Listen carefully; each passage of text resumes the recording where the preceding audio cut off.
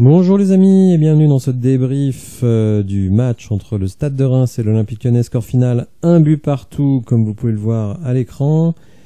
Reims a ouvert le score à la 24e minute grâce au japonais Ito sur un but de la tête. Ce qui confirme toutes mes craintes sur notre jeu aérien avec des défenseurs centraux de petite taille et d'un certain manque d'expérience en plus. Et nous avons égalisé grâce à Moussa Dembélé qui, bien à la 78e, nous permet de revenir au score. Égalisation donc à la 86e minute par un très très beau coup de tête de Moussa Dembélé entré en jeu quelques minutes plus tôt. Très bien servi par Ryan Cherki. Et il faut bien le dire, Moussa Dembélé nous sauve la mise en nous permettant de marquer un point. Alors, est-ce que ce point est mérité ou pas? C'est difficile à dire. On peut pas non plus dire que Reims a été dominant. Mais voilà, en tout cas, comme je l'avais dit avant le match, car je sentais bien le match piège, je me contenterai d'un point, mais ce que j'ai vu sur le terrain, par contre, je ne m'en contente pas du tout, parce que c'est très très très mauvais. On va le voir dans quelques instants sur les statistiques.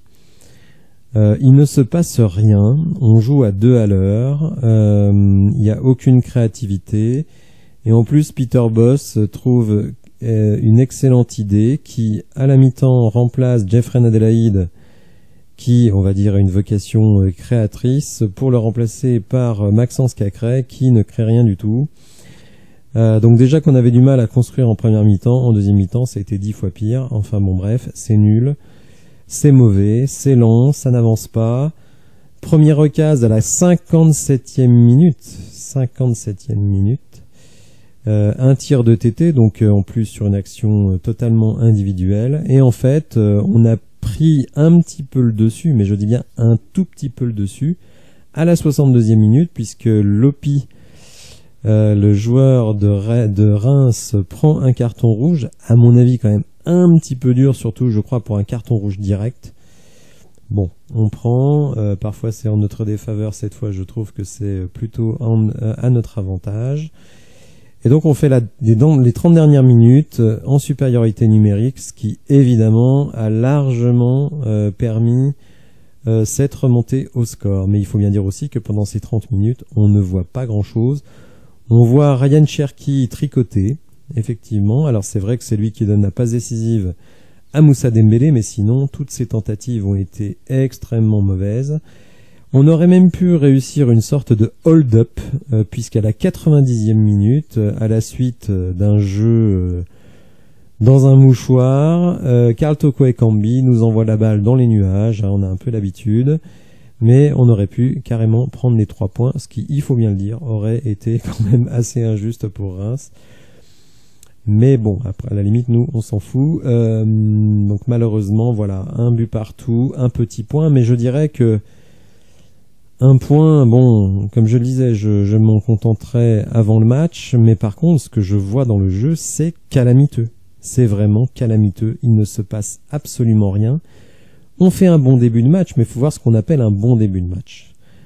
C'est-à-dire du jeu dans les petits espaces relativement agréable à voir, mais qui ne crée rien du tout. Et après ces 10-15 premières minutes, eh ben, vide intersidéral, lenteur, passe, rien, il ne se passe rien du tout, à part des passes et des balles perdues, et ces balles perdues créent le danger. D'où le but rémois, mais il faut savoir qu'après ce but-là, on est pris dans le dos, et là c'est Reims qui aurait pu avoir un penalty. Alors bon, on voit pas très bien sur le ralenti si Ryu touche le joueur.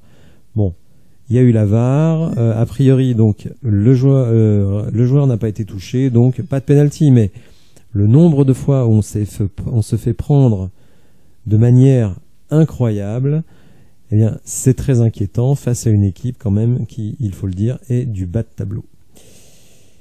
Donc ce match-là confirme beaucoup de choses sur lesquelles j'avais des craintes depuis le début de la saison. D'une part, une préparation physique contestable, puisque je trouve que les joueurs manquent d'impact, manquent de vitesse, manquent de détermination, manquent d'endurance. Deuxième chose qui me plaît pas, c'est ce 4-3-3. Je le trouve à chier, ce 4-3-3, je le dis vraiment comme je le pense. On l'a ici donc en début de match, avec Renalei, Le Penant, Tolisso. Tolisso quand même en difficulté physique, il faut quand même le dire, il avance pas. Le Penant fait ce qu'il peut, mais bon, il est bien esselé, et dès qu'il a la balle, il y a une sorte de trou devant lui. Il ne sait pas quoi en faire. Karl Toko Ekambi qui a ralenti le jeu, mais d'une manière incroyable. Alors c'est lui qui a la plus mauvaise note de l'équipe. Mais bon, les notes SofaScore, je n'y accorde pas beaucoup d'importance. Lacazette, peu en vue, mais aussi peu servi. Et il y a un des suiveurs de la chaîne qui m'a dit quelque chose que j'ai trouvé intéressant. Il dit, mais pourquoi ne pas mettre Lacazette en numéro 10 et Moussa Dembélé en pointe? Et je trouve que c'est une très très bonne idée. Par contre, ça suppose, chose pour laquelle je milite depuis très longtemps, de repasser en 4-2-3-1. Donc avec nos 4, 2 devant récupérateurs qui pourraient être Le Penant et Cacré, ou alors Tolisso et Cacré, une ligne de 3 comme on l'a ici, avec Tété, Lacazette et Toko, même si bon, vous savez que Toko ne me convainc pas, et donc en pointe Moussa Dembélé. Je pense que Peter Bosz n'a pas d'autre choix que de repasser en 4-2-3-1. Il n'y a pas d'autre choix. Son 4-3-3 ne fonctionne pas, il ne crée rien du tout, et en plus on voit bien que les joueurs n'ont pas la caisse pour aller faire du pressing, donc c'est du petit jeu pourri qui ne sert à rien, qui ne crée rien du tout. Regardez un petit peu les stats de la première mi-temps qui sont absolument pitoyables. 5 tirs, un seul cadré, et encore tir cadré, un tir de même air. Beaucoup de tirs contrés, c'est-à-dire que les 5 tirs, c'est des tirs à l'extérieur de la surface qui sont contrés avec 4 mecs devant, c'est même pas des actions dangereuses. D'ailleurs, vous le voyez, grande chance, 0. Et alors c'est pas vraiment la stat des expected goals, mais c'est les grandes chances déterminées par le site. Mais vous voyez donc Reims avec 4 tirs cadrés à 2 grandes chances, donc dont le but. Alors c'est vrai qu'en deuxième mi-temps, ça a été autre chose, 13 tirs, 4 cadrés, mais grande chance seulement 2, donc je pense celle de Moussa et le tir de Toko Ekambi. Il y a aussi une action de Lacazette qui tire à côté et qui aurait pu être dangereuse, mais là aussi, des stats, certes, en progrès, une énorme possession, ce qui est normal aussi à 11 contre 10, mais après, il se passe pas grand-chose. Et ce qui, moi, me rend dingue, c'est quand je vois en fin de match, alors que vous avez en face de vous une équipe qui est rôtie, on marque à la 86e minute, il reste 8 minutes à jouer, il faut leur mettre le feu, il faut aller les presser, et nous, qu'est-ce qu'on fait? On passe, un centre de temps en temps, pas dangereux, un tir qui sert à rien, enfin rien, il fallait leur rentrer dedans, on ne le fait pas, et je vais vous dire, même moi je considère même que ce point, il est miraculeux. Moussa Dembélé qui sur une tête extraordinaire, il monte à une hauteur incroyable, il mange le défenseur. Ce but-là de Moussa Dembélé, c'est exceptionnel, je crois qu'on se rend pas compte du timing qu'il faut, de la puissance physique, du contrôle en l'air.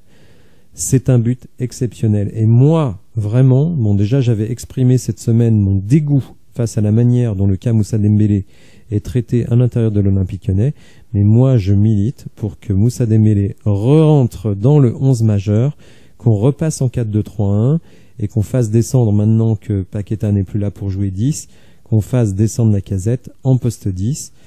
Et je pense que là, on peut retrouver quelque chose avec une ligne, donc avec Moussa Dembélé et 3 derrière qui vont monter haut au pressing. Il reste encore du temps pour le mercato. On vient d'encaisser un chèque énorme donc avec Lucas Paqueta. Moi, je veux absolument, ça n'arrivera sans doute pas, mais je veux absolument qu'on aille chercher un défenseur central parce que Thiago Mendes vraiment ne me convainc pas du tout dans cette position. En plus, Lukeba ne fait pas un bon match. Et je veux un ailier gauche parce que Toko Ekambi, je suis désolé, mais il est mauvais depuis le début de la saison. Enfin, même pas depuis le début de la saison. Depuis les 2 derniers matchs de la fin de la saison dernière, encore une fois, il prend une note dégueulasse. Je ferai un débrief avec les notes de l'équipe. Je vous rappelle que lors des 2 premiers matchs, il prend 3 et 3. Et là, je vois pas pourquoi il prendrait plus. Alors, c'est pas le seul à être dans le naufrage ce soir. Mais il ne sert à rien, il ralentit le jeu. Au moins avant, il apportait de l'impact physique.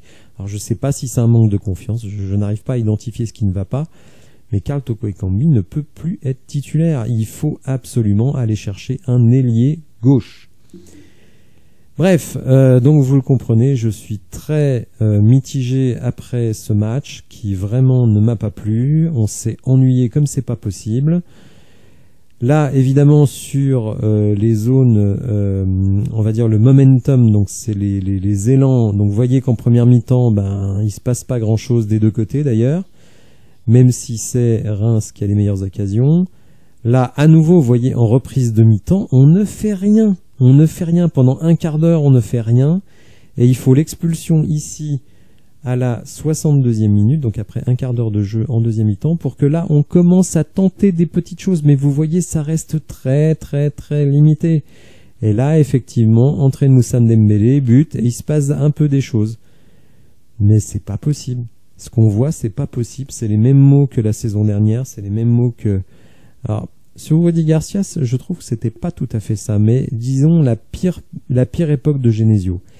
Et je vous ai dit souvent dans mes vidéos que j'étais allé voir le match à Reims où on perd 1-0. Eh ben, c'était ça. C'était déjà ça, et c'était à l'époque de Genesio avec 90% de l'équipe qui était différente. Et pourtant, les mots MAUX sont toujours les mêmes. Je ne comprends pas ce qui se passe dans notre club. Je ne comprends pas ce qui se passe dans cette équipe. Ce que je constate, c'est que après 3 matchs, certes, nous avons 2 victoires, 1 nul, qui sont conformes, je dirais, au tableau de marche que j'avais déterminé dans ma vidéo sur les objectifs de la saison. Mais le contenu, il est pas bon du tout. Vous produisez ça, on va jouer Monaco, on va jouer le PSG. Le PSG, on en prend 5. Facile. Je vous le dis tout de suite. On joue comme ça, on en prend 5. Donc je milite pour un retour au 4-2-3-1, pour la réintégration de Moussa Dembélé dans le 11, pour le recrutement d'un défenseur central et d'un ailier gauche. Ça, malheureusement, je n'y crois guère. Mais si les dirigeants ne font pas ce constat de ce qui ne va pas à l'instant T, j'ai pas encore parlé de Peter Bosz, parce que... je lui ai fixé une feuille de route, donc voilà sa feuille de route. Aujourd'hui, on peut lui rajouter donc un petit point dans son escarcelle. Donc voilà, je rappelle que j'ai fixé un objectif après 8 matchs ici d'au moins 18 points. On en est à 7 après 3 matchs. C'est exactement le planning que j'avais prévu, victoire, victoire et match nul à Reims. Maintenant, il y a encore des équipes relativement faibles à jouer, même si je constate cet après-midi que Lorient a à nouveau gagné. Ils ont fait une très bonne prestation à Toulouse. Donc attention Lorient. Attention Lorient. C'est pas 3 points dans la poche, certains. Bref, donc dans le bosoton, qui n'est pas le boson de X, mais qui est peut-être Bozo le clown, on est dans le schéma prévu, mais attention, on n'est pas bon. Il faut que ça s'améliore. Je ne vois pas de progrès depuis le premier match. Je vois au contraire un recul.